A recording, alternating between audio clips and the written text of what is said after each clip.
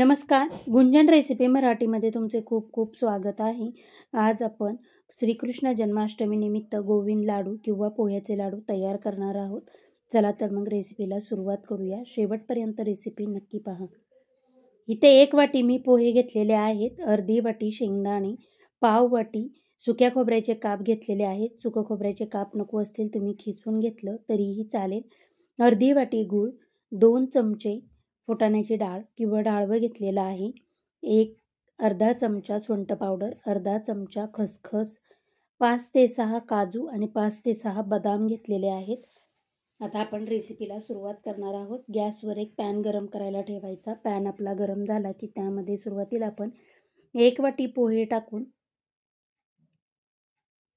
हे पोहे आपण सतत हलवत राहून एकसारखे भाजून घेणार आहोत.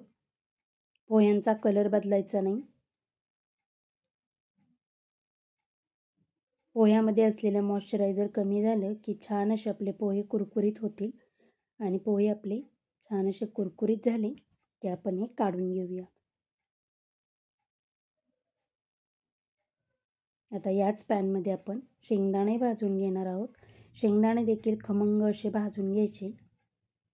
गॅसची फ्लेम मिडियम ठेवूनच मी हे शेंगदाणे भाजून घेतलेले आहेत.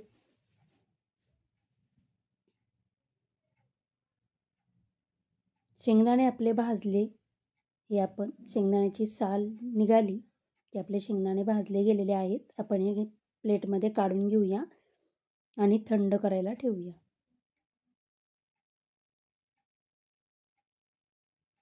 यापुढे आपण आता सुक्या खोबऱ्याचे काप,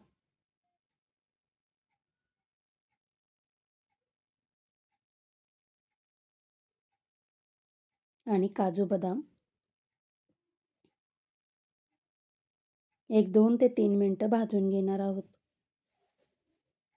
सर्व साहित्य आपण भाजून घेतलं की आपले लाडू देखील जास्त दिवस टिकतात.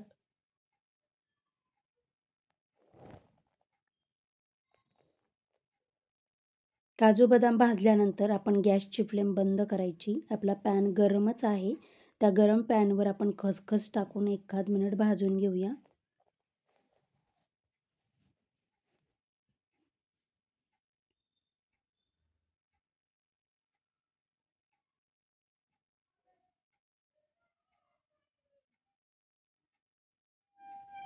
भाजलेले सर्व साहित्य थंड झाले की मिक्सरचं भांडं घेऊन आपण ते मिक्सरच्या भांड्यात काढून घेणार आहोत.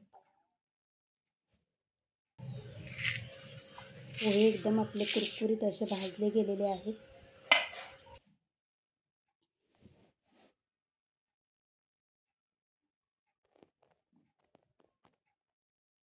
आता मिक्सरच्या भांड्यामध्ये आपण या साहित्यामध्ये डाळवं,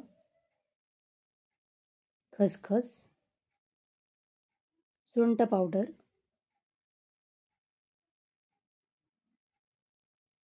गोडाचा पदार्थ असला तरी आपण चिमूटभर इथे मीठ टाकू जेणेकरून त्याची चव अधिक वाढेल. अर्धी वाटी गूळ टाकून आपण हे सर्व मिक्सरला फिरवून घेणार आहोत.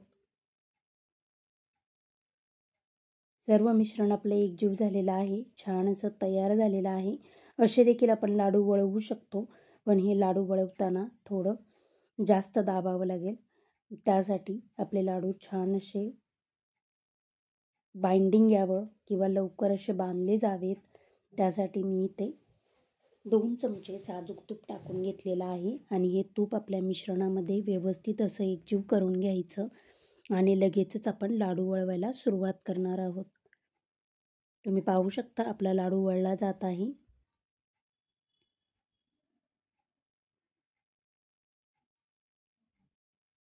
आपला लाडू तयार झालेला आहे.